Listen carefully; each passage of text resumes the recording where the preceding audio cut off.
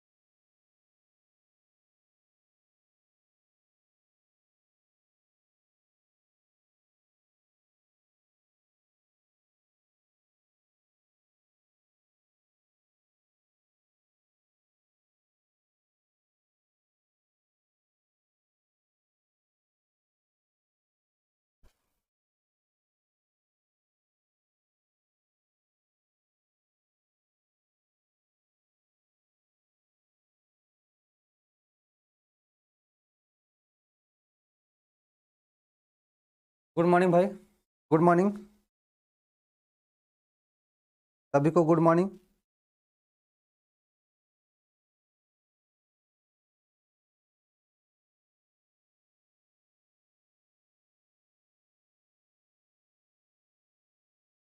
सभी को good morning.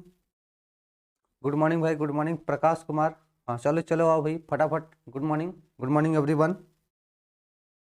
फटाफट लाइव जुड़ो और जो नहीं आए उनको फटाक से शेयर करो। हाँ, गुड मॉर्निंग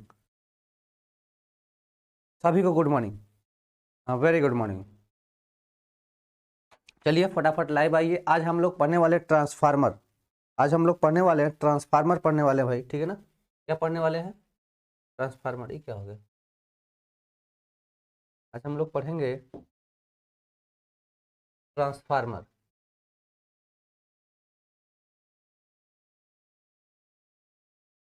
ठीक है भाई, ट्रांसफार्मर पढ़ेंगे आज हम लोग।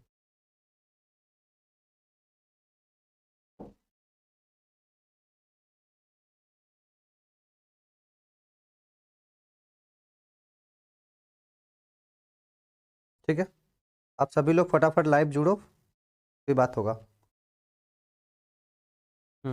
गुड मॉर्निंग सभी को, गुड मॉर्निंग। फटाफट जुड़ जाओ भाई। ट्रांसफार्मर इसका न्यूमेरिकल करके क्लास को ओवर कर देंगे।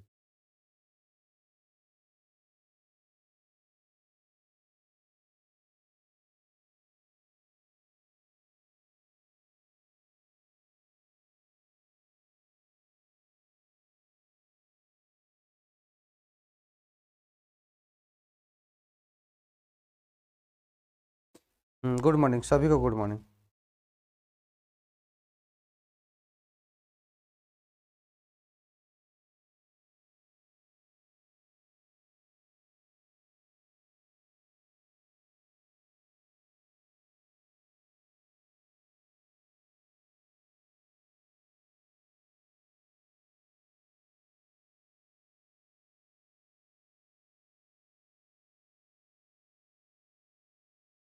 Yes sir, yes sir.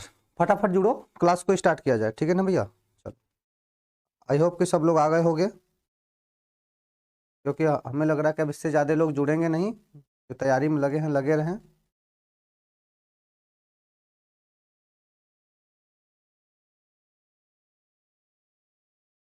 चलो भाई, एक बार मैं सबका कमेंट देख लेता हूँ। का कमेंट एक बार देख लें। गुड मॉर्निंग सभी को, गुड मॉर्निंग। ओम प्रकाश, शिवम, सृष्टि। हाँ, हेलो हेलो सबको, हेलो भैया। सब लोग खुश रहो, मस्त रहो, अच्छे से तैयारी करते रहो। आज ये लास्ट सेशन है, इसको भी कंप्लीट कर दिया जाए ताकि कुछ हमारी तरफ से कुछ भी बचा न रहे। कौन सा बोर्ड पढ़ा रहे हैं? सभी सभी बोर्ड को, अगर जो भी बोर्ड अगर जिनके लिए छूटा है ना ट्रांसफार्मर, जो लोग नहीं पढ़े हैं सबको मैं पढ़ा दे रहा हूँ ट्रांसफार्मर, क्योंकि सभी बोर्ड में है, बहुत इंपॉर्टेंट है।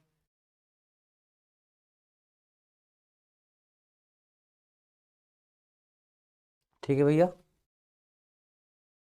प्रैक्टिकल लेके आ गए बेटा। भरत बाबू प्रैक्टिकल लेके आ गए हम, ठीक है ना? चलो भैया।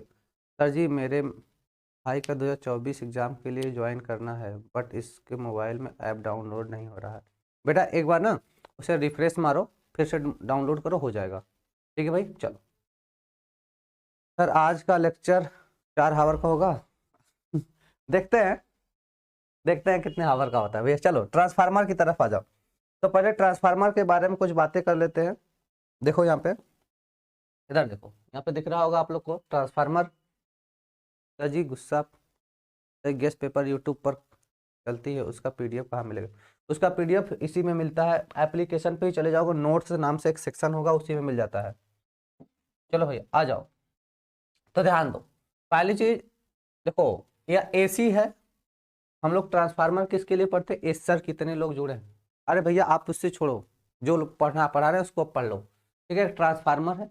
ट्रांसफार्मर में भैया देखो दो कुंडलियां होती हैं। ट्रांसफार्मर में क्या होती हैं? दो कुंडलियां होती हैं, एक प्राथमिक कुंडली, दूसरा द्वितीय कुंडली। प्राथमिक कुंडली में यदि फेरों की संख्या ज्यादा है, प्राथमिक कुंडली में यदि फेरों की संख्या ज्यादा है अगर, और द्वितीय कुंडली में फेरों की संख्या कम है, तो उसे क्या बोलते हैं? अपचायी ट्रांसफार्मर। देखो, क्या प्राथमिक कुंडली में फेरों की संख्या ज्यादा हो और द्वितीय कुंडली में फेरों की संख्या कम हो, तो उसे बोलते हैं अपचायी ट्रांसफार्मर। क्या होता है? अपचायी ट्रांसफार्मर। और यदि प्राथमिक कुंडली में फेरों की संख्या कम हो और द्वितीय कुंडली में फेरों की संख्या ज्यादा हो, तो इसे बोलते हैं उच्चायी ट्रांसफार्मर। क्या बोलते हैं भैया? उच्चायी ट्रांसफार्मर। दोनों की बातें याद रखना। अब देखो, एक क्या करता है? वोल्टेज को बढ़ाने का काम करता है, मतलब लो वोल्टेज को हाई वोल्टेज में करता है, और एक होता है हाई वोल्टेज को लो वोल्टेज में लाता है। मतलब जैसे मान लो कि आपके पास 440 वोल्ट आ रहा है। कितना आ रहा है? 440 वोल्ट आ रहा है। अब इसे 220 में करना है, तो इसके लिए कौन सा ट्रांसफार्मर होगा? और मान लो अगर 220 आ रहा है, अगर इसे 440 करना है, तब कौन सा ट्रांसफार्मर यूज करेंगे? तो ट्रांसफार्मर बेसिकली कितने टाइप के होते हैं भैया? दो टाइप के। ट्रांसफार्मर कितने टाइप के हो गए? दो टाइप के होंगे। ठीक है ना? ट्रांसफार्मर कितने टाइप के हो गए भाई? दो टाइप के। एक होता है उच्चाई ट्रांसफार्मर, दूसरा होता है अपचाई ट्रांसफार्मर। ठीक है ना? किसके आधार पर भैया? कुंडली, प्राथमिक और द्वितीय कुंडली में फेरों की संख्या के आधार पर। ठीक है ना? तो मैंने बताया क्या, देखो ट्रांसफार्मर क्या है? ट्रांसफार्मर में एक होता है एक नली, मतलब आयताकार हमारे पास प्लेट या फिर कोई शेप का होता है, उसमें ढेर सारा हम तार लपेटते हैं, कुंडली बनाई रहती है, ढेर सारा वायर लपेटते हैं कापर के वायर से, और एक बड़े से टैंक में इसको हम डाल देते हैं जिसमें ऑयल भरा रहता है। ठीक है ना? तो बात को समझो, इसमें दो प्रकार की कुंडली बनी होती है। देखो ऊपर वाला, एक नीचे वाला। एक देखो यहाँ से है, ये वाली आपको कुंडली दिख रही होगी, ये वाली, ये प्राथमिक कुंडली होती है। एक नीचे वाला क्या होता है? द्वितीय कुंडली। नीचे क्या होता है? द्वितीय कुंडली होता है। दो कुंडलियां होती है इसमें। कितनी कुंडलियां होती है भैया? दो कुंडली। मतलब जो तारों को मोड़ने का, कुंडली बनाने का जो सेटअप है, दो तरीके से होता है, और इन्हीं के आधार पे अब प्राथमिक कुंडली और द्वितीय कुंडली, बेटा जो हेल्पलाइन नंबर दिए है ना, आप उस पे 9 बजे के बाद कांटेक्ट करोगे तो रिप्लाई होगा। 9 बजे के बाद कॉल कोई रिसीव करता है, उसके पहले आए नहीं रहते हैं ना सब लोग भाई। सब लोग अपने समय से आते हैं ना, तो आप थोड़ा समझने की कोशिश कीजिए। आप उसके बाद कॉल करेंगे, आपका कॉल रिसीव होगा, कोई दिक्कत नहीं होगा। ठीक है बेटा, अब ध्यान दीजिए। तो ट्रांसफार्मर कितने टाइप के हो गए भाई? यहाँ से दो प्रकार के। किसके आधार पर? प्राथमिक कुंडली और द्वितीय कुंडली के आधार पर। अब देखो, दोनों कुंडलियों के बीच में जो गैप होता है उसको हम लोग क्रोड का नाम देते हैं। क्या नाम देते हैं? क्रोड का नाम देते हैं। अब क्रोड में कोई पदार्थ भरा जाता है, हो सकता है चुंबकीय पदार्थ हो सकता है चुंबकीय पदार्थ ना हो। ये पीछे मैंने बताया था, क्रोड है ना, पढ़ाया था। ठीक है? तो इसमें पटलित लौह का क्रोड, लोहे का जो बीच में जो सॉकेट भरा जाता है, बीच में जो रॉड डाली जाती है, या जो मटेरियल भरा जाता है, देखोगे कुछ ई टाइप में रहता है, कुछ एल टाइप में रहता है ना, कुछ एल साइज में, ऐसे एल साइज में रहता है, कुछ ई के आकार का होता है, उसको भरा जाता है उसमें। ठीक है ना? तो इसको क्या बोलते हैं? पटलित लौह क्रोड। इसमें लोहे का क्रोड भरा जाता है। ठीक है ना? इसके कारण क्या होता है? एक यहाँ पे फ्लक्स जनरेट होता है, इसको बोलते हैं क्या? अन्योन फ्लक्स बोलते हैं। ठीक है? तो यहां से मेनली आपको पढ़ना है क्या, कि भैया ट्रांसफार्मर कितने ट्रांसफार्मर में कितनी कुंडलियां होती हैं? दो कुंडलियां, एक प्राथमिक कुंडली और दूसरा द्वितीय कुंडली। और प्राथमिक कुंडली और द्वितीय कुंडली के आधार पर ही ट्रांसफार्मर को दो भागों में बांटा गया है, एक उच्चाई ट्रांसफार्मर, एक ठो अपचाई ट्रांसफार्मर। ठीक है? चलो, किसी को कोई प्रॉब्लम नहीं ना? चलो अब आगे चलते हैं। अब थोड़ा पढ़ते हैं हम लोग। ठीक है ना? हमारी हेडिंग हो गई थी ट्रांसफार्मर। ठीक है? ट्रांसफार्मर के बारे में थोड़ी थोड़ी बातें होंगी, थोड़ा डिफिनीशन सर कहते कैसे हैं, ट्रांसफार्मर लिखेंगे कैसे।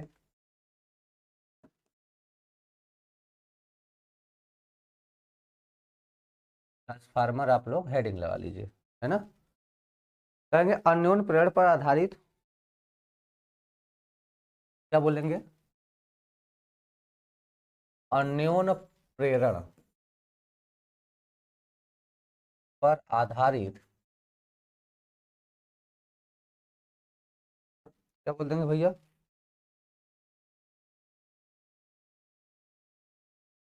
हेलो, कौन,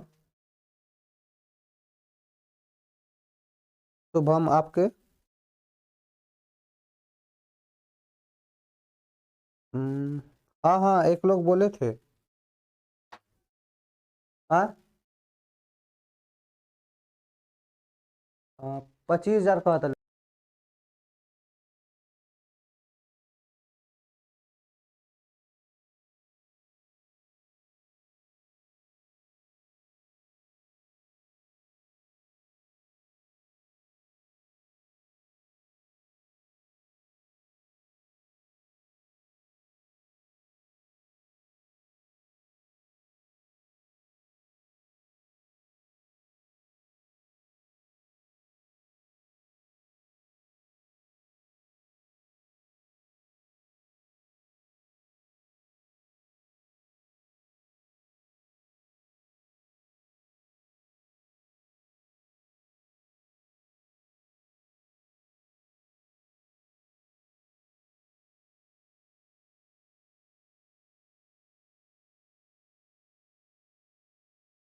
सॉरी भाई, सॉरी सॉरी थोड़ा।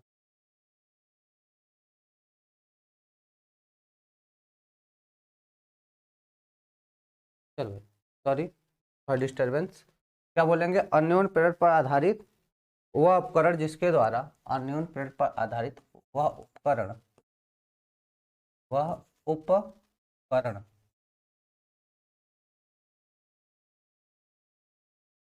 अन्योन प्रेरण पर आधारित वह उपकरण जिसके द्वारा,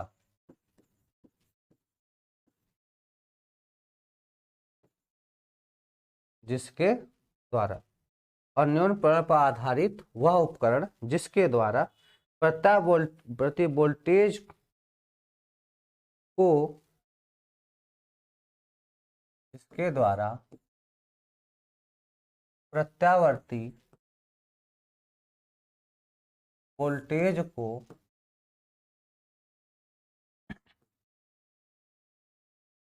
परिवर्ती, क्या करते हैं भैया, प्रत्यावर्ती वोल्टेज परिवर्तित करने का, या करने में, परिवर्तित करने के, करने के काम आता है, परिवर्तित करने के काम आता है, ऐसे उपकरण को ट्रांसफार्मर कहते हैं। ऐसे उपकरण को,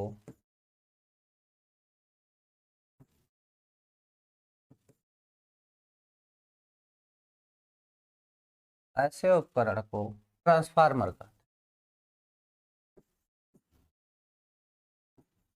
ऐसे उपकरण को क्या कहते हैं भैया, ट्रांसफार्मर। आगे लिख लेना, ट्रांसफार्मर दो प्रकार के होते हैं। ट्रांसफार्मर दो प्रकार के होते हैं। बात को समझिए, मतलब ऐसा सिस्टम या ऐसा उपकरण, ऐसा डिवाइस जिसके द्वारा, ऐसा डिवाइस जिसके द्वारा हम लोग प्रत्यावर्ती धारा को परिवर्तित करने के काम आता है, प्रत्यावर्ती धारा को हम बदलते हैं, ठीक है ना।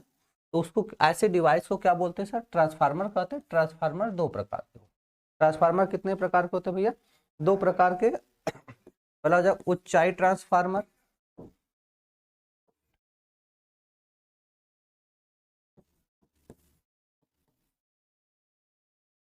दूसरा हो जाएगा अपचाई ट्रांसफार्मर।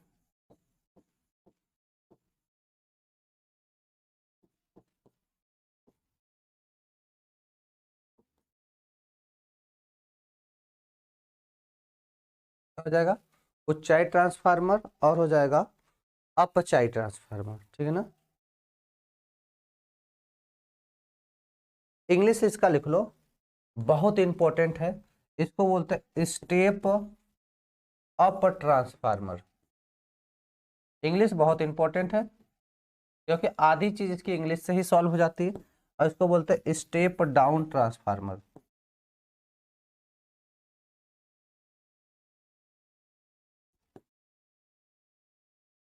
ठीक है भैया, आधी समस्या इसकी इंग्लिश से ही डाउन मतलब समाप्त हो जाएगी।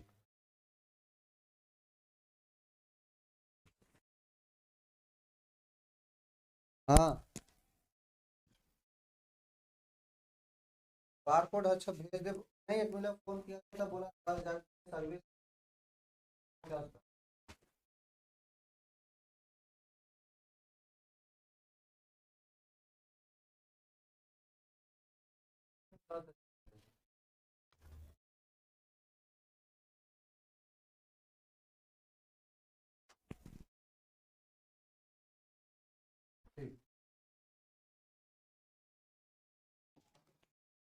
ठीक है भैया, तो आधी समस्या इसकी इंग्लिश से सॉल्व हो जाएगी, स्टेप अप और स्टेप डाउन ट्रांसफार्मर, ठीक है ना। स्टेप अप और स्टेप डाउन ट्रांसफार्मर दोनों को हम बारी बारी से पढ़ेंगे, ठीक है भाई। स्टेप अप और स्टेप डाउन ट्रांसफार्मर को हम लोग कंटिन्यू करेंगे।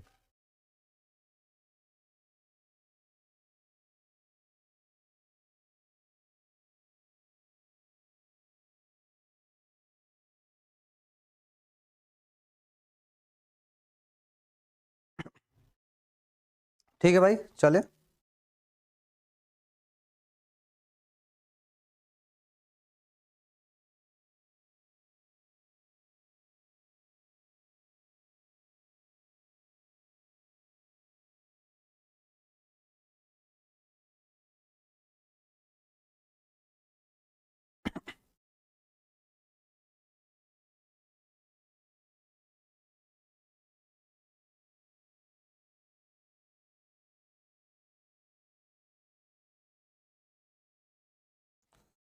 चलो भाई, आगे चलते हैं।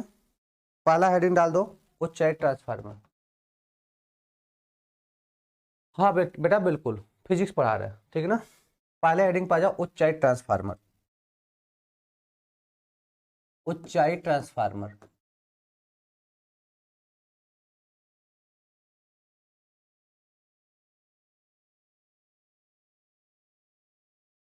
उच्चाई ट्रांसफार्मर मतलब इंग्लिश भी लिख लो इसका सर, स्टेप अप ट्रांसफार्मर।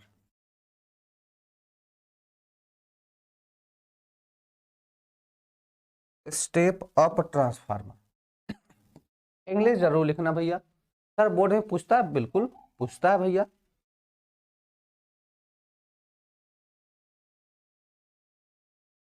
ठीक है ना, समझो बात को।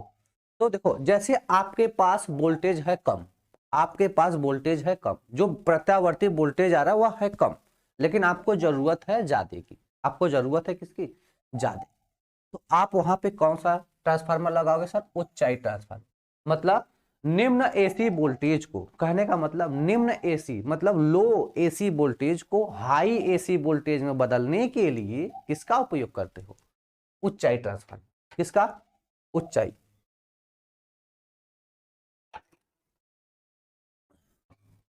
बेटा ट्रांसफार्मर को ट्रांसफार्मर ही कहते हैं, हम लोग ट्रांसफार्मर को ट्रांसफार्मर ही कहते हैं। हाँ, ठीक है भैया, तो हम लोग ट्रांसफार्मर को ट्रांसफार्मर ही कहते हैं। क्लियर है? तो बात को समझिए, जब आपके पास जो प्रत्यावर्ती धारा है, एसी वोल्टेज है, वह है लो, आपको चाहिए हाई, तो वहां पे यूज करते हैं हम लोग उच्चाई। क्या यूज करते हैं भैया? उच्चाई। समझो, हमारे सर डायग्राम बनाना। हाँ वो, हाँ बिल्कुल बेटा, मैं पीडीएफ में डाल दूंगा, डायग्राम बना लेना, ठीक है ना। आपके पास लो वोल्टेज है, आपको चाहिए हाई वोल्टेज, तो आप करेंगे उच्चाई का उपयोग, मतलब स्टेप अप का प्रयोग करेंगे। किसका प्रयोग करेंगे? Step up. भाई आपको ऊपर चलना है ना, ठीक है। तो डिफिनेशन लिख लीजिए, वह ट्रांसफार्मर जो निम्न एसी वोल्टेज को, वह ट्रांसफार्मर वह ट्रांसफार्मर जो निम्न एसी वोल्टेज को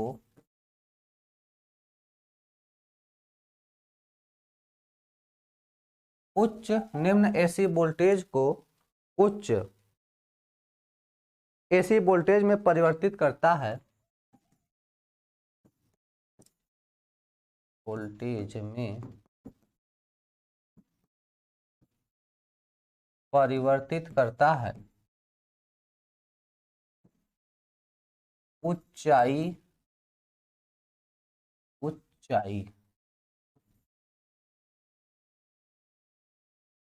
क्या बोलेंगे भैया, ऊंचाई ट्रांसफार्मर कहते हैं।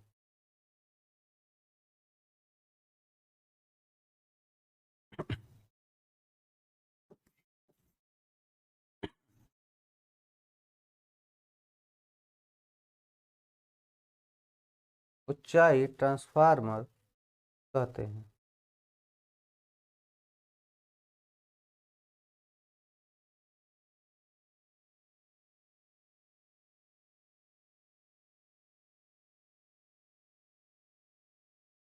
ठीक है भैया, इतना बात समझ में आ गया। वह ट्रांसफार्मर जो निम्न एसी वोल्टेज को उच्च ओसी वोल्टेज में बदलता है। ठीक है ना, क्लियर है। चलो अब दूसरा हम लोग पढ़ लेंगे, अगला हम लोग पढ़ लेंगे क्या, जिसको कहते हैं अपचाई ट्रांसफार्मर। चले आगे चले, सबका हो गया ना, हो गया भाई सबका, आ गया आगल 10 साल है 10।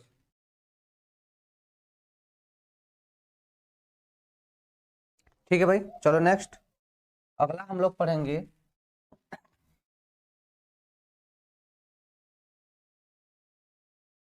अपचाई ट्रांसफार्मर।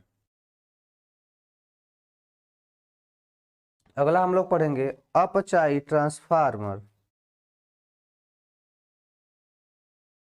ठीक है भैया, क्या पढ़ेंगे, अपचाई ट्रांसफार्मर। तो बोल देंगे वह ट्रांसफार्मर जो उच्च एसी वोल्टेज को, क्या बोल देंगे भाई, वह ट्रांसफार्मर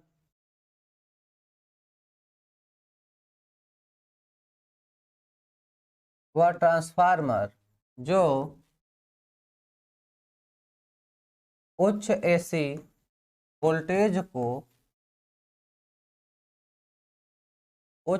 वोल्टेज को निम्न एसी वोल्टेज में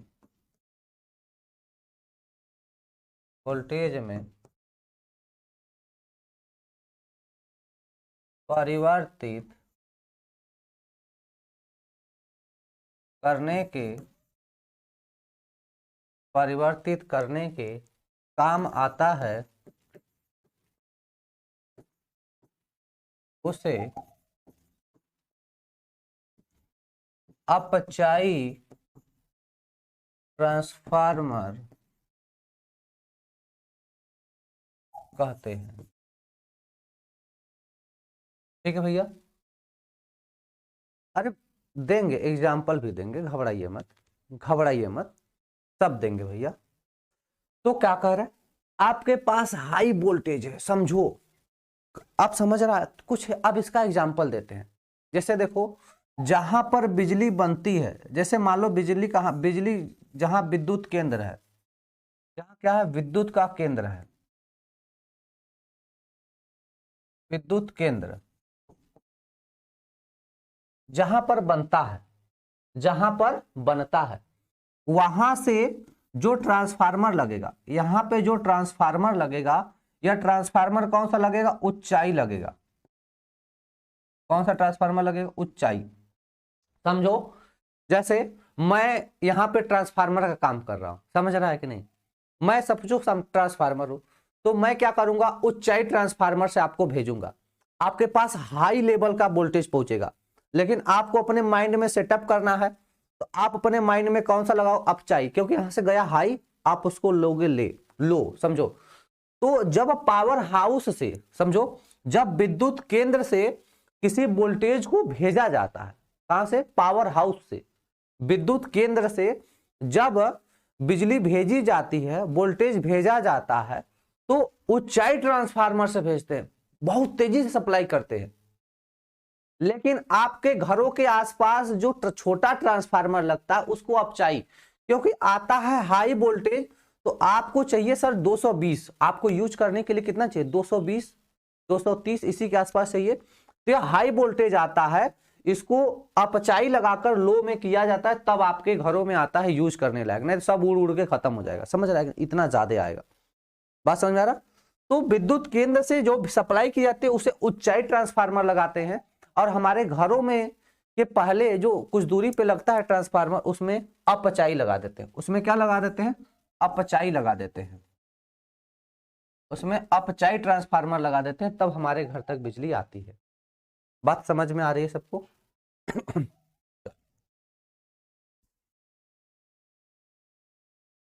ठीक है भाई, चले आगे। हाँ, गुड मॉर्निंग, बहुत लेट हो चुके हो भैया, गुड मॉर्निंग।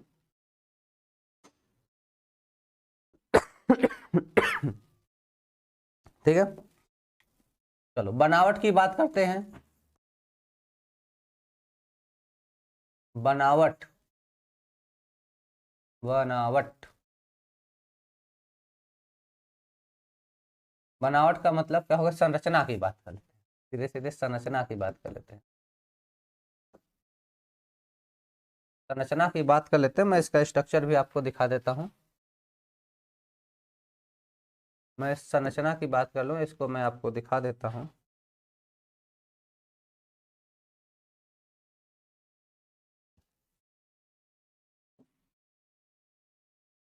ठीक है भाई, संरचना हम देख लो, यही संरचना हो गई इसकी, ध्यान दीजिए। तो मैंने बताया कि भाई इसमें देखो दो तरह की कुंडलियां लगी होती, एक क्या होता है प्राथमिक कुंडली, दूसरा होता है द्वितीयक कुंडली, ठीक है ना। तो इसी संरचना की बात करनी है, ट्रांसफार्मर आपको बनाना पड़ता है।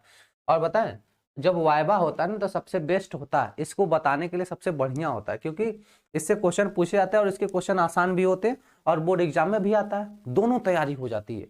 इसलिए इसको ज्यादा लोग बनाते हैं, क्योंकि इसमें डबल फायदा है, तैयारी करोगे। सर ट्रांसफार्मर को डीसी में क्यों नहीं बनाते भैया, ये अल्टरनेटिंग करंट पे काम करता है, ये प्रत्यावर्ती में काम करता है, बिकॉज यहाँ पे ये अभी मैंने बताया यह प्रेरण पर आधारित है। किस पर आधारित है भैया, प्रेरण पर आधारित है। तो प्रेरण किस में मिलता है, प्रत्यावर्ती धारा में मिलता है। प्रेरण किस में मिलता है, प्रत्यावर्ती धारा में मिलता है, डीसी में नहीं मिलता है प्रेरण भैया, ठीक है ना।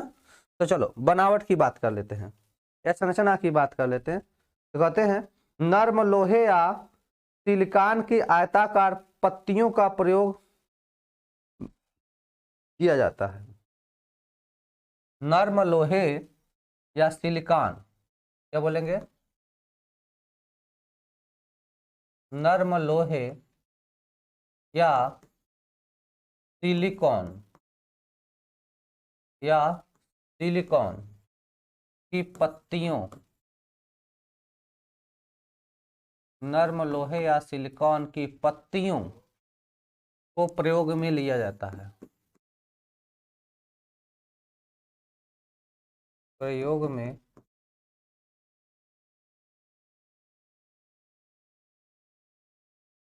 को प्रयोग में लिया जाता है। नर्म लोहे या सिलिकॉन की पत्तियों को,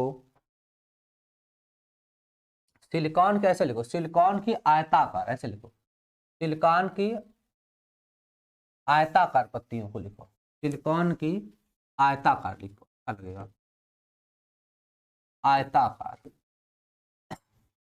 सिलिकॉन की आयताकार पत्तियों को प्रयोग में लिया जाता है, सिलिकॉन की आयताकार पत्तियों को प्रयोग में लिया जाता है, ठीक है भाई। चलो, जिनका स्वप्रेरण गुणांक बहुत अधिक होता है, क्या बोल देंगे, जिनका स्वप्रेरण गुणांक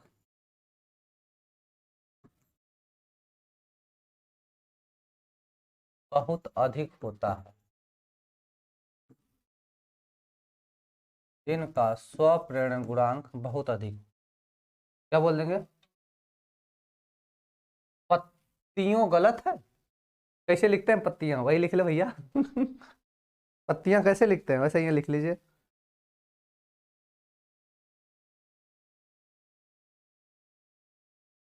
ठीक है ना?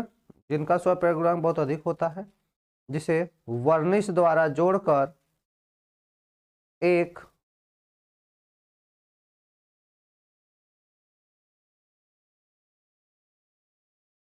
जिसे वर्निश द्वारा जोड़कर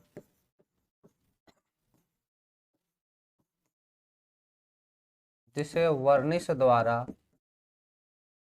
जोड़कर क्या करेंगे? जिसे वर्निश द्वारा जोड़कर, जरा डायग्राम में देखो, यह है ना, ये कुंडली हो गई। इसको क्या करते हैं? वर्निश द्वारा जोड़कर पटलित, वर्निश द्वारा जोड़कर क्या करते हैं भैया? पटलित क्रोड बनाते हैं। देखो यही है ना प्राथमिक कुंडली है, इसको हम वर्निश से जोड़ देते हैं। किससे जोड़ते हैं भैया? वर्निश, यह है ना, इससे हम लोग जोड़कर एक पटलित, क्या बोलते हैं भैया? जिसे जोड़कर एक पटलित क्रोड बना लेते हैं, जिसे जोड़कर एक पटलित क्रोड बना लेते हैं। जैसे क्या करते हैं? पटलित क्रोड बना लेते हैं, पटलित क्रोड बना लेते हैं।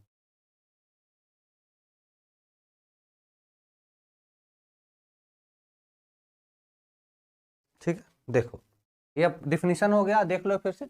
नर्म लोया सिलिकॉन के आयताकार पत्तियों को प्रयोग में लिया जाता है, जिनका स्वप्रेरण गुणांक बहुत अधिक होता है, जिसे वर्निश द्वारा जोड़कर एक पटलित क्रोड बना लिया जाता है। डायग्राम आप देख लो, ये डायग्राम हो गया। ठीक है भैया, ये क्या हो गया? डायग्राम हो गया। कोई दिक्कत?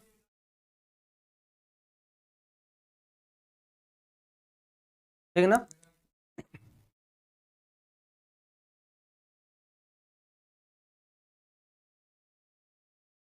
ठीक है, तो देखो यन, यहाँ पे दो सिंबल का यूज कर लेते हैं। देखो यन क्या, यन फेरों की संख्या है, यन फेरों की संख्या है। यनपी का मतलब प्राइमरी मान लेते हैं, यनएस का मतलब सेकेंडरी मान लेते हैं। ठीक है ना? बात को समझो, यनपी क्या मान लेते हैं? यन क्या है? फेरों की संख्या। यनपी लिख दिया मतलब प्राथमिक फेरों की संख्या, और यनएस का मतलब सेकेंडरी फेरों की संख्या। तो अगर हम ऊंचाई ट्रांसफार्मर में बात करेंगे तो बोलेंगे सर यनपी और यनएस लिखेंगे तो यनएस ज्यादा होता है, यनएस क्या होता है? ज्यादा होता है। और अपचाई ट्रांसफार्मर में सर बोलेंगे सर यनपी ज्यादा होता है, यनएस कम होता है। ये लिख लोगे कि नहीं? और ये क्या है? प्राथमिक कुंडली में फेरों की संख्या। मैं लिख देता हूं, यनपी क्या मान लेते हैं? प्राथमिक कुंडली में फेरों की संख्या, और यनएस का मतलब द्वितीयक कुंडली में फेरों की संख्या। ठीक है,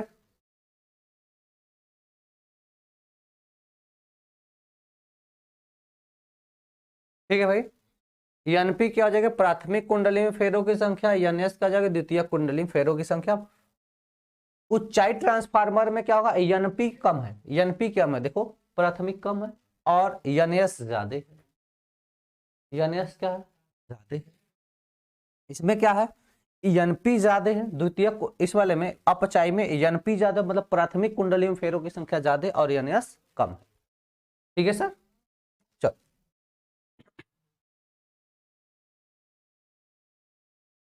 संरचना हो गया। चलो बात करते हैं कार्य विधि की।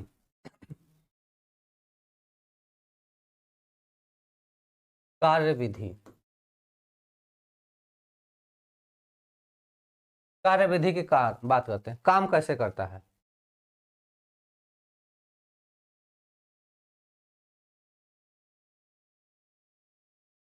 तो बात करते हैं प्राथमिक कुंडली में, बात करेंगे प्राथमिक कुंडली में प्रेरित विद्युत वाहक बल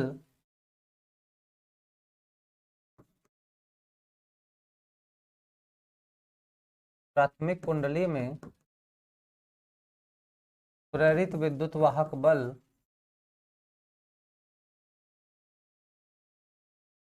प्राथमिक कुंडली में प्रेरित विद्युत वाहक बल की बात करते हैं। किसकी बात करते हैं भैया? प्रेरित विद्युत वाहक बल की बात करते हैं। तो प्रेरित विद्युत वाहक बल को सर किससे, विद्युत वाहक बल को किससे दिखाते हैं सर? ई से दिखाते हैं। भैया यूपी बोर्ड वालों के लिए बोला गया आप लोग को 1 तारीख से बेहतरीन व्यवस्था मिलने वाली है, आप टेंशन ना लो, सब मिलेगा। अगर नहीं मिलेगा तब कहना यार, अभी थोड़ा सा सिलेबस बचा था ना, मैंने सोचा इसको कवर कर लूं, इसके बाद लेके आ रहे हैं ना हम लोग, आपके लिए तैयार किया जा रहा है। आज तक बिहार, आज लास्ट है, कल तक बिहार बोर्ड वालों के लिए चलेगा, कल तक। हर्ष बाबू आपका मैसेज आ रहा है, कल तक बिहार वालों के लिए चलेगा, उसके बाद आपका सेशन शुरू होगा, और आपका शुरू होगा तो चलेगा 14 तारीख तक, 15 को रेस्ट, 16 से पेपर। क्लियर? सबके लिए हम लोग सोच रखे हैं, तो जो तुम लोग जितना सोचते हो ना उससे ज्यादा हम लोग आपके लिए सोच रखे हैं कि हम लोग आपको यह देने वाले हैं, लेकिन आप लोग खुद पूछ लेते हो। ठीक है भैया? हाँ चलो, विद्युत वाहक बल की बात करते हैं सर, ई से दिखाते हैं, लेकिन हम यहाँ पे लिख देंगे पी का मतलब प्राइमरी। पी का मतलब क्या लिख देंगे सर जी? प्राइमरी। कितना होता है? माइनस एन पी होता है। क्या होता है? Minus N P into delta 5b upon delta T. यह हम बहुत पहले पढ़े थे, समीकरण नंबर, ये तो पहले से पढ़े। विद्युत वाहक बल क्या होता है? N into delta 5 upon delta T, खाली एन पी लिख दिया, मतलब प्राथमिक कुंडली में फेरों की संख्या। क्या हो जाएगा? प्राथमिक कुंडली में फेरों की संख्या। अब बात करते हैं द्वितीयक कुंडली में, अब बात करते हैं द्वितीयक कुंडली में प्रेरित विद्युत वाहक बल की। किसकी बात करते हैं? द्वितीयक कुंडली में प्रेरित विद्युत वाहक बल की बात करते हैं। सर बोल देंगे ई तो होगा करता है, यस लगा देंगे, minus N S delta 5 B upon delta T, समीकरण नंबर 2। कोई समस्या है?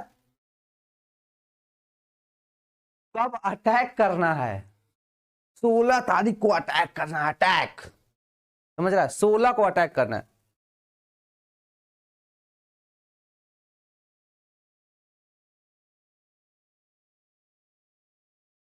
चलो ठीक है भाई, गेस्ट पेपर के अलावा कुछ नहीं पढ़ना है, ठीक है?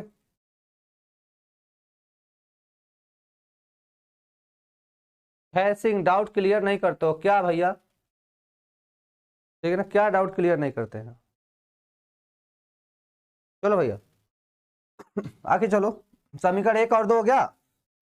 इसमें कर दो क्या कि समीकरण 2/1 कर दो, समीकरण 2/1, समीकरण 2/1 कर दो। क्या कर दो? समीकरण 2/1। तो समीकरण 2/1 करोगे तो कितना हो जाएगा? समीकरण 2/1 हो जाएगा तो कितना भैया? ES बटे EP। समीकरण 2/1 करेंगे तो ES बटे EP, माइनस माइनस कट जाएगा तो क्या हो जाएगा? NS बटे NP। क्या हो जाएगा? NS बटे NP, नहीं सॉरी, ये रिवर्स करेंगे तो ये हो जाएगा क्या? NP बटे NS हो जाएगा। क्या हो जाएगा भैया? NP बटे NS हो जाएगा, NP बटे NS हो जाएगा।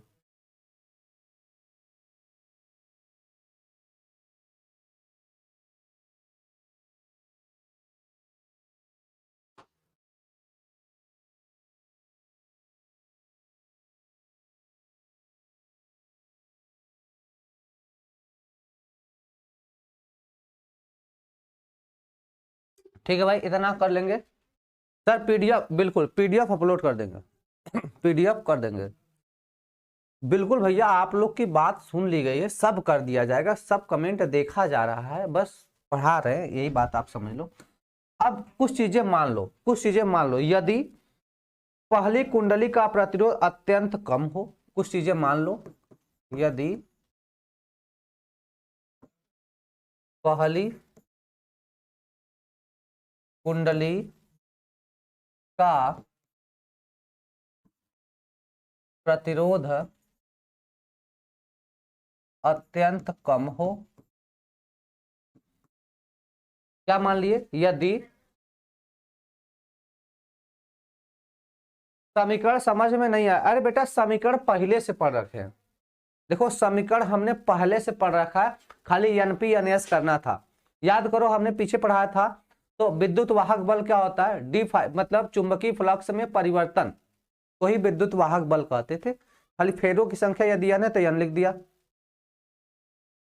ठीक है भैया। अब ध्यान दो, यदि कुंडली में फेरों की संख्या अत्यंत कम, पहली कुंडली में फेरों की संख्या अत्यंत कम हो, और मान लेते हैं द्वितीय कुंडली खुली हुई है, द्वितीय कुंडली खुली हुई है, और हमने क्या मान लिया, द्वितीय कुंडली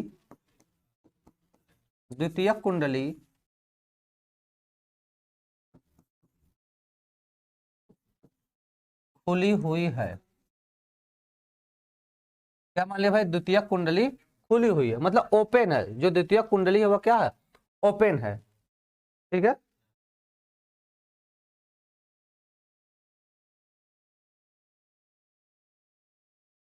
ठीक भैया, तो क्या बोल देंगे यहाँ से, ईपी बराबर वीपी बोल देंगे, एंड ईएस बराबर वीएस बोल देंगे यहां से।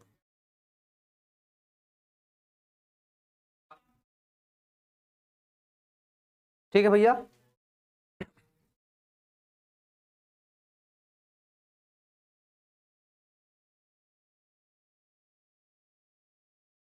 ठीक है। तो यहां से क्या बोल देंगे भैया हम लोग कि सर वीएस बटे वीपी बराबर एनएस बट, अच्छा एक चीज यहाँ पे गड़बड़ हो गया है, यहाँ पे गड़बड़ यह है कि सर यहाँ पे एनएस ही रहेगा, यहाँ पे एनपी रहेगा, ये थोड़ा सा गड़बड़ है, ये एनएस रहेगा ना, क्या हो जाएगा, एनएस बटे एनपी, ये हो जाएगा वीएस बटे वीपी बराबर एनएस बटे एनपी।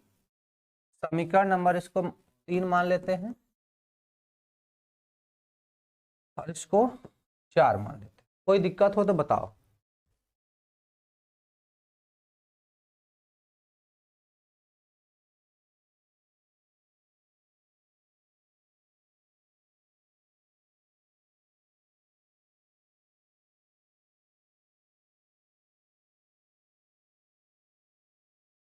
आप फिजिक्स पढ़ा रहे हैं, अच्छा हम झूठ बोलते हैं, अच्छा, अरे यार मैंने बोला यूपी बोर्ड वालों के लिए सोचा जा रहा है, तो इसमें झूठ क्या बोलना है।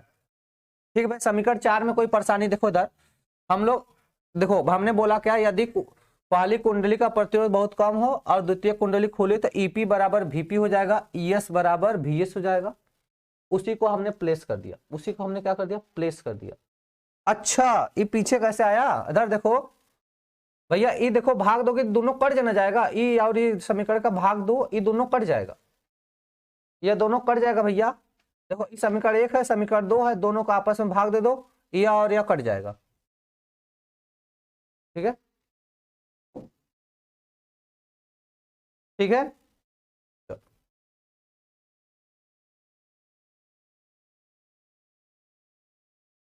आगे चलो, आदर्श ट्रांसफार्मर के लिए नोट में लिख लो, आदर्श ट्रांसफार्मर के लिए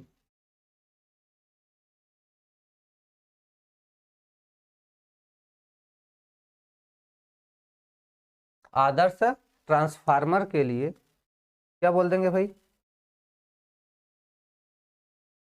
देखो VS into IS, Adarsh transformer,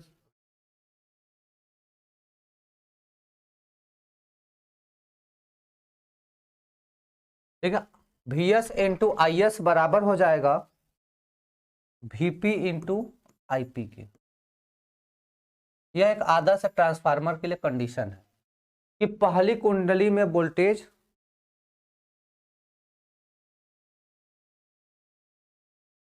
ठीक है ना कि पहली कुंडली में वोल्टेज इनटू धारा का गुणनफल बराबर द्वितीय कुंडली में वोल्टेज इनटू धारा का गुणनफल दोनों आपस में बराबर होता है।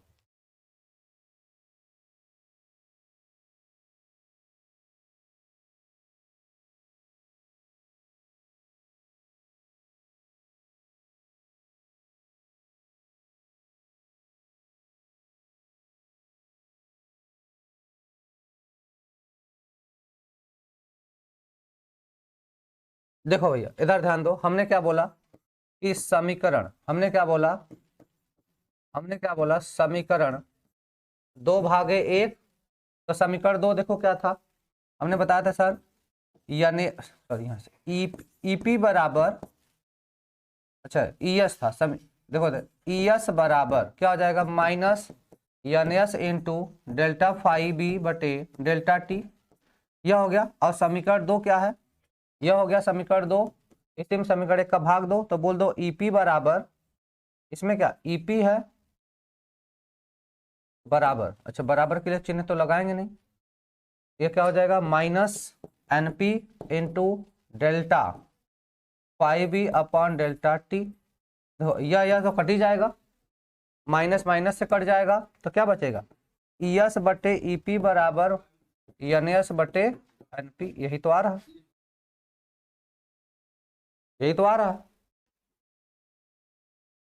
क्या दिक्कत है बताओ। यही यही को हम समीकरण 3 कहते हैं, इसी को हम समीकरण 3 कह रहे हैं, बोलो इसी को हम क्या कर रहे हैं, समीकरण 3 कह रहे हैं, ठीक है। अच्छा कहाँ गए, नहीं दिख रहे हैं क्या, वीडियो नहीं चल रहा है क्या,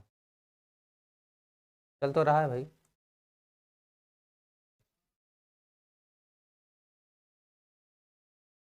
ठीक है भाई, पढ़ाएं इसको। आदर्श का मतलब है कि एक सामान्य, जैसे इसमें कोई भी प्रतिरोध प्रतिरोध की मात्रा बहुत ज्यादा ना हो तो उसको हम आदर्श बोलेंगे। तो आदर्श के लिए क्या होना चाहिए, we S into I S, मतलब प्राथमिक कुंडली में जो वोल्टेज और धारा का गुणनफल है वह बराबर होगा द्वितीय कुंडली में प्रतिरोध और धारा के गुणनफल के, तो विभवांतर और धारा के, मतलब इन दोनों का आपस में धारा और विभव का गुणनफल प्राथमिक कुंडली का बराबर होगा द्वितीय कुंडली वाले के।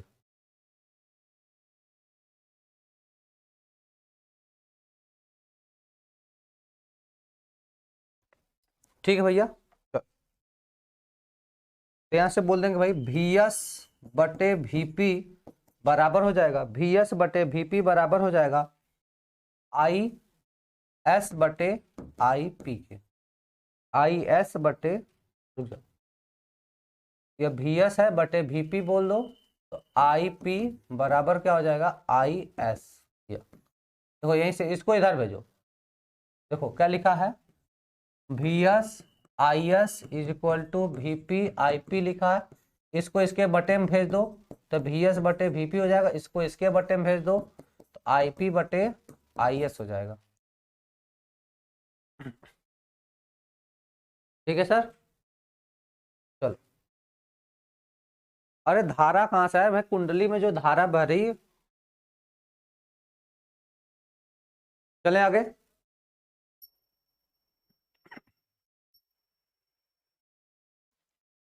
चलो।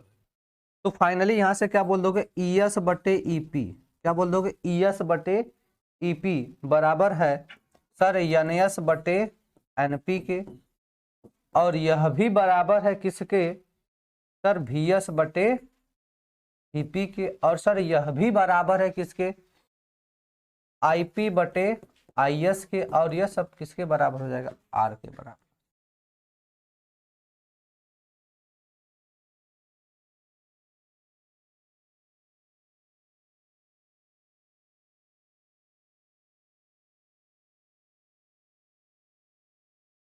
कोई समस्या,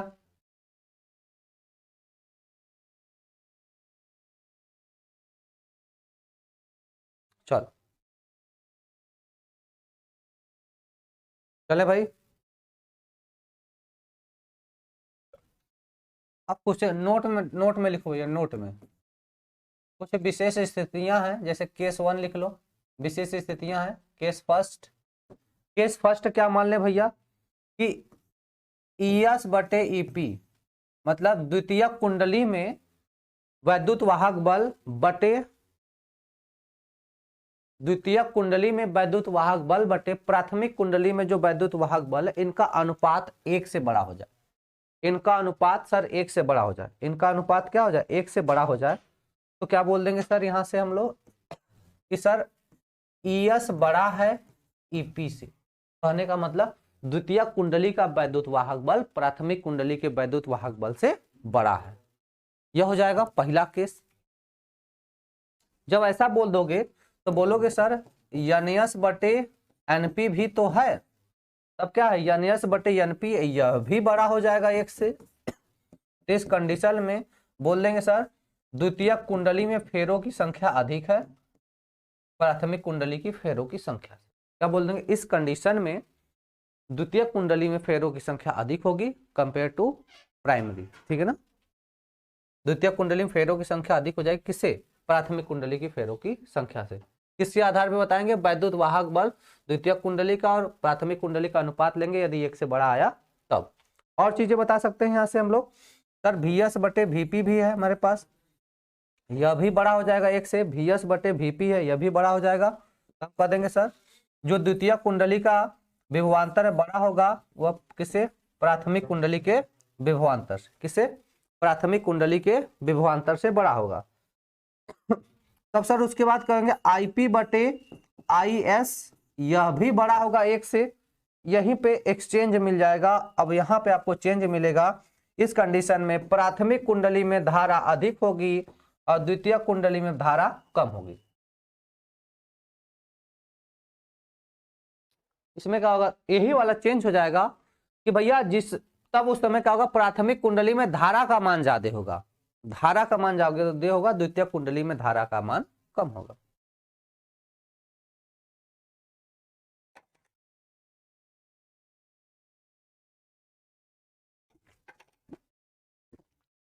सर आज बहुत दिनों बाद दर्शन हुए हैं आपके लाइव। अरे भैया रोज आओ, हम तो रोज पढ़ाते हैं। ठीक है, चलो यहां तक समझ में आया। अच्छा केस 1 किसके लिए लिखोगे, देख लेना, ऊंचाई ट्रांसफार्मर के लिए, ऊंचाई ट्रांसफार्मर के लिए, ऊंचाई ट्रांसफार्मर।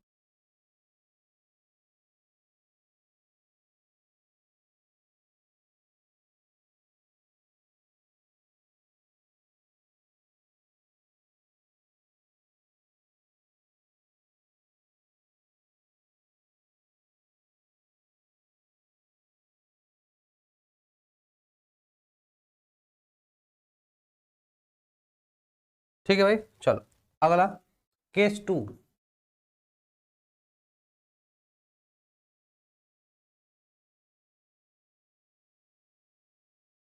अपचाई ट्रांसफार्मर के लिए,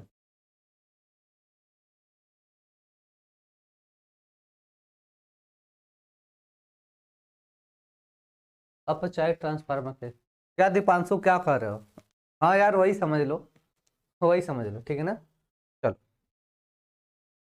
केस 2 देखो, अपचाई के लिए लिखना है, क्या लिखना है भैया, अपचाई के लिए लिखना है।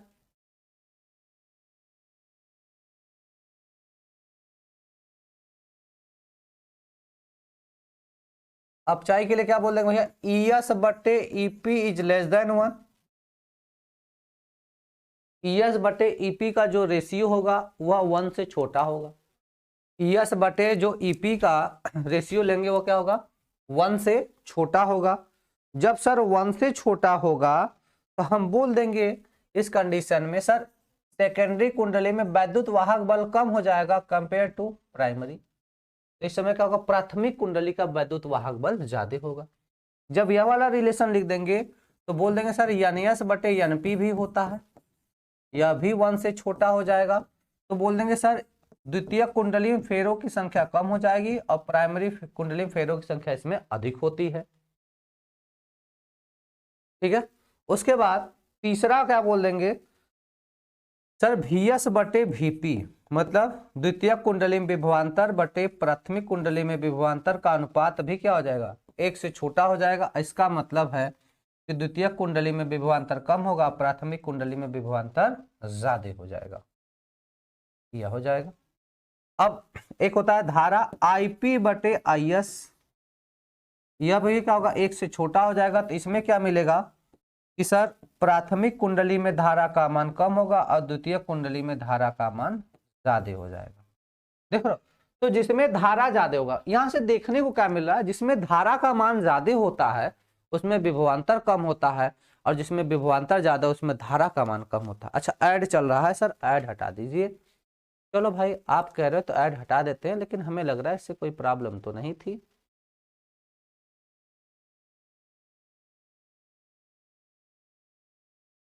न्यूमेरिकल ठीक है भाई, आप कर ऐड हटाने के लिए देखो पता नहीं कहाँ से है, मुझे पता होता नहीं चल रहा है। लो हट गया। अच्छा गेस पेपर के अलावा कुछ नहीं पढ़ोगे, मत पढ़ो भैया।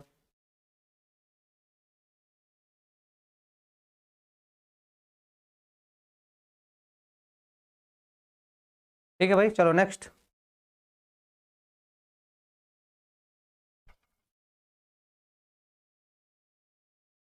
अच्छा I S, okay okay okay okay, I S, चलो आई एस। ठीक है भाई चलो नेक्स्ट हेडिंग चलते हैं, ट्रांसफार्मर की दक्षता। ट्रांसफार्मर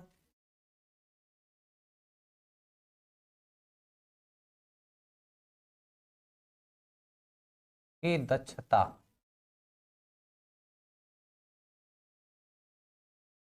पहला हेडिंग हो जाएगा ट्रांसफार्मर की दक्षता। क्या हो जाएगा, तब कहेंगे सर दक्षता बराबर, फार्मूला लिख लो, दक्षता बराबर क्या बोल देंगे हम लोग, निर्गत शक्ति बटे निवेशी शक्ति। निर्गत शक्ति बटे निवेशी शक्ति।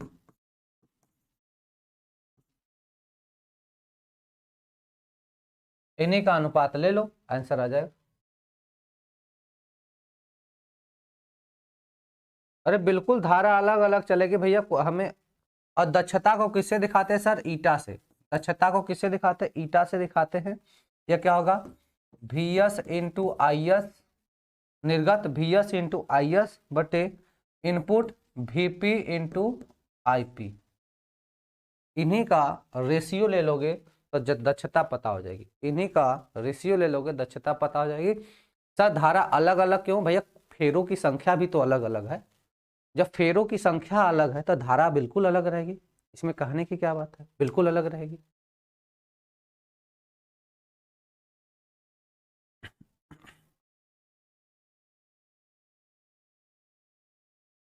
ठीक है भाई।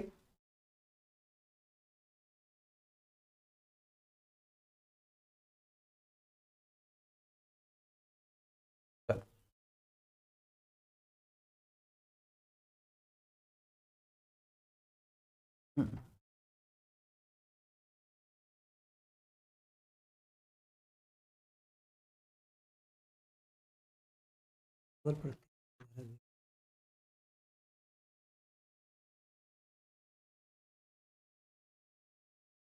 हम्म,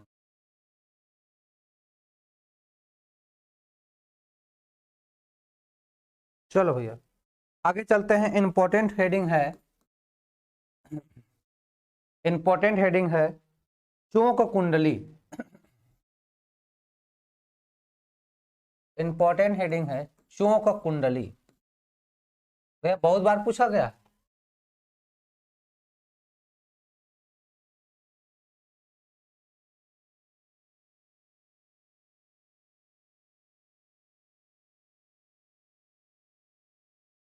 ठीक है भैया, ठीक है भाई, बात समझ में आ रहा है। चोक कुंडली किसकी बात करेंगे, चोक कुंडली की बात करते हैं। ठीक है, चोक कुंडली बहुत इंपॉर्टेंट है, पूछा जाता है। चलो भाई चोक कुंडली की बात करते हैं।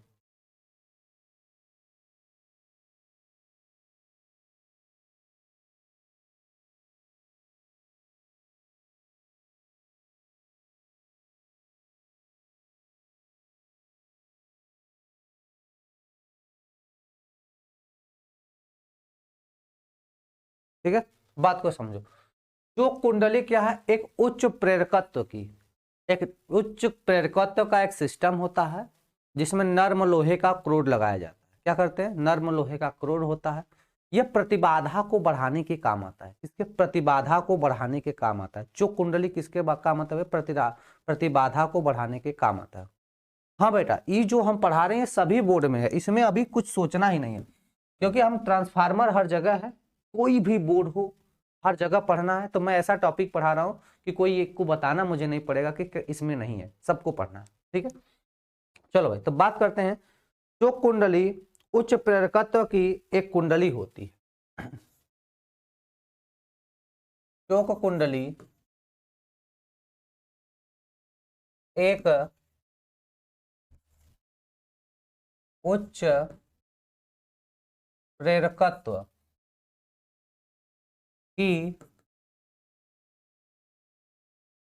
प्रेरकत्व की कुंडली होती है।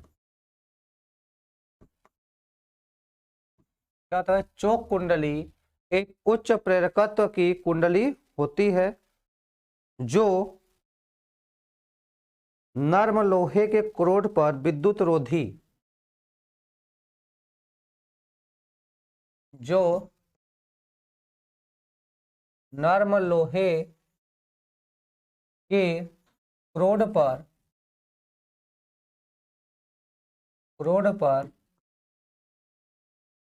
तांबे की, जो नर्म लोहे की क्रोड पर तांबे की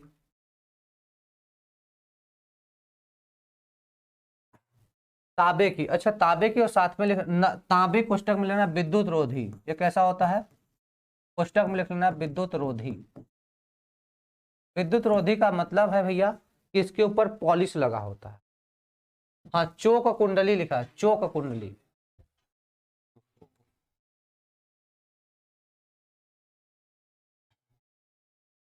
चोक कुंडली लिखा है।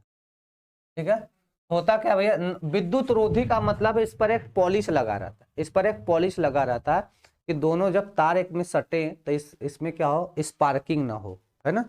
विद्युत रोधी मतलब सटे हुए तार रहेंगे तब वो इसकी धारा उसमें नहीं जाएगी। ठीक है ना। तो क्या लिखे भैया? नर्म लोहे की क्रोड पर तांबे की, क्या बोल देंगे? तांबे की, पुस्तक में लिख देंगे विद्युत रोधी ना। तांबे की तार को लपेट कर बनाई जाती है। तार को लपेट कर बनाई जाती है। तांबे की तार को लपेटकर बनाई जाती है।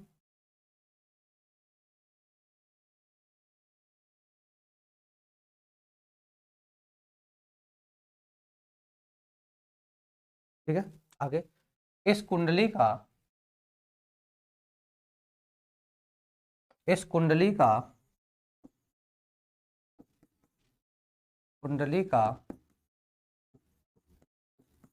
प्रतिरोध लगभग शून्य होता है। इस कुंडली का प्रतिरोध लगभग शून्य होता है। इस कुंडली का प्रतिरोध लगभग शून्य होता है, परंतु लोहे के क्रोड के कारण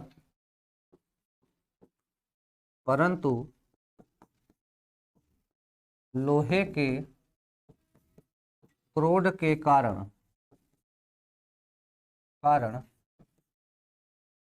प्रेरकत्व, लोहे के क्रोड के कारण प्रेरकत्व बहुत अधिक होता है। प्रेरकत्व बहुत अधिक होता है।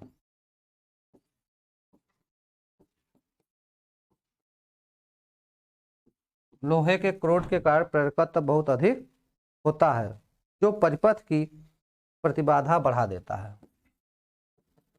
जो परिपथ की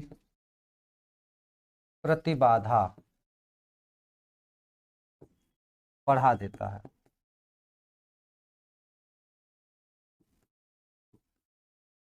जो परिपथ की प्रतिबाधा को बढ़ा देता है।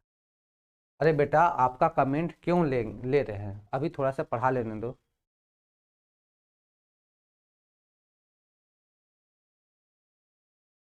ठीक है ना।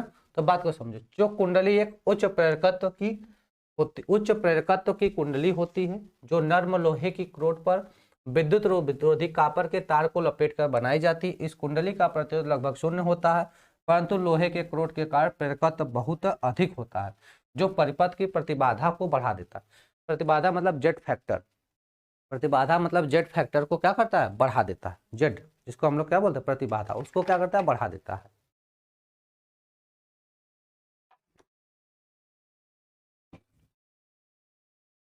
ठीक है भाई।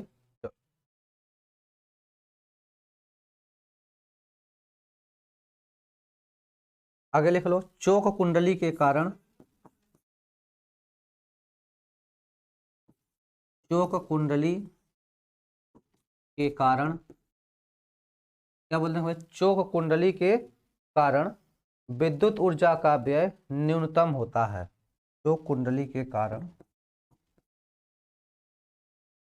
विद्युत ऊर्जा का व्यय, का व्यय न्यूनतम होता है।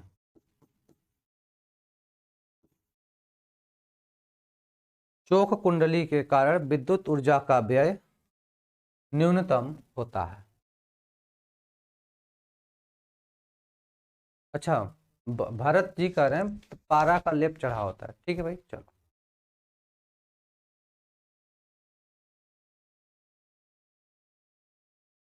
बात समझ, चोक कुंडली समझ में आ गया भाई। चोक कुंडली किसे कहते हैं, समझ में आ गया। अब बात करते हैं, एक इंपॉर्टेंट हेडिंग है जिसका नाम है वाटहीन धारा, है ना। अगला इंपॉर्टेंट टॉपिक है वाटहीन धारा।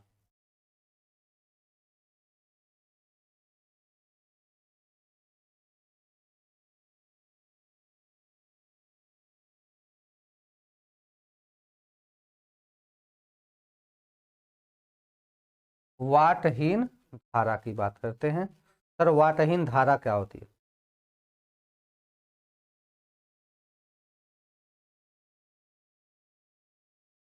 तो समझो, यदि हम किसी परिपथ में धारा को प्रवाहित करें, यदि हम किसी परिपथ में धारा को प्रवाहित करें, तो उसमें अगर शक्ति का व्यय शून्य हो जाए, अगर किसी परिपथ में धारा को प्रवाहित करें और उसमें जो शक्ति का व्यय है वह शून्य हो जाए, मतलब इधर उधर व्यय न हो, जितना भेजे उतना उधर मिल जाए, तो इसको क्या बोलते हो, वाटहीन धारा।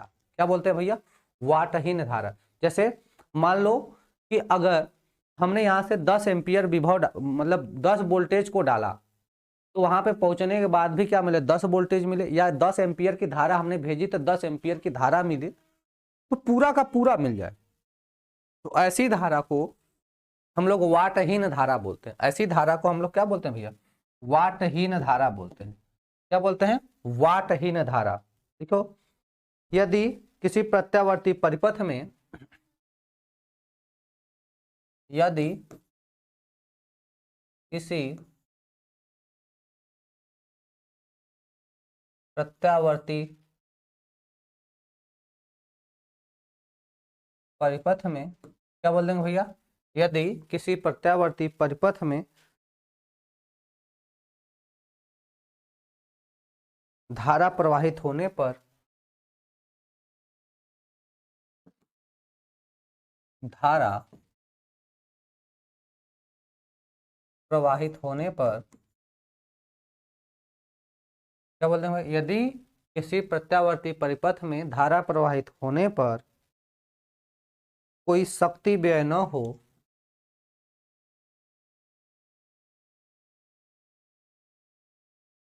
कोई शक्ति व्यय न हो, तो कोई शक्ति व्यय न हो तो परिपथ की धारा को, तो परिपथ की धारा को वाटहीन धारा कहते हैं। तो परिपथ की धारा वाटहीन धारा कहते हैं।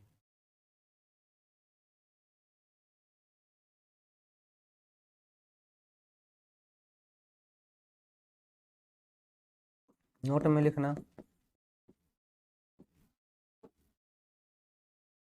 यह तभी संभव है, यह तभी संभव है जब शक्ति गुणांक का मान शून्य हो। तभी संभव है जब शक्ति गुणांक का मान शून्य, शक्ति गुणांक का मान शून्य हो। यह तभी संभव है जब शक्ति गुणांक का मान शून्य हो। तो क्या बोल देंगे, शक्ति गुणांक किसको बोलते थे सर, कास फाई, और यह कितना हो जाए, जीरो। शक्ति गुणांक किसको बोलते हैं, कास फाई, ये कितना हो जाए, जीरो। अब कास फाई जीरो कब होगा, तब बोल देंगे सर जब फाई बराबर पाई बाई टू होगा। जब फाई बराबर क्या, पाई बाई टू, मतलब 90 अंश। कितना होगा, 90 अंश होगा, तभी तो जीरो होगा।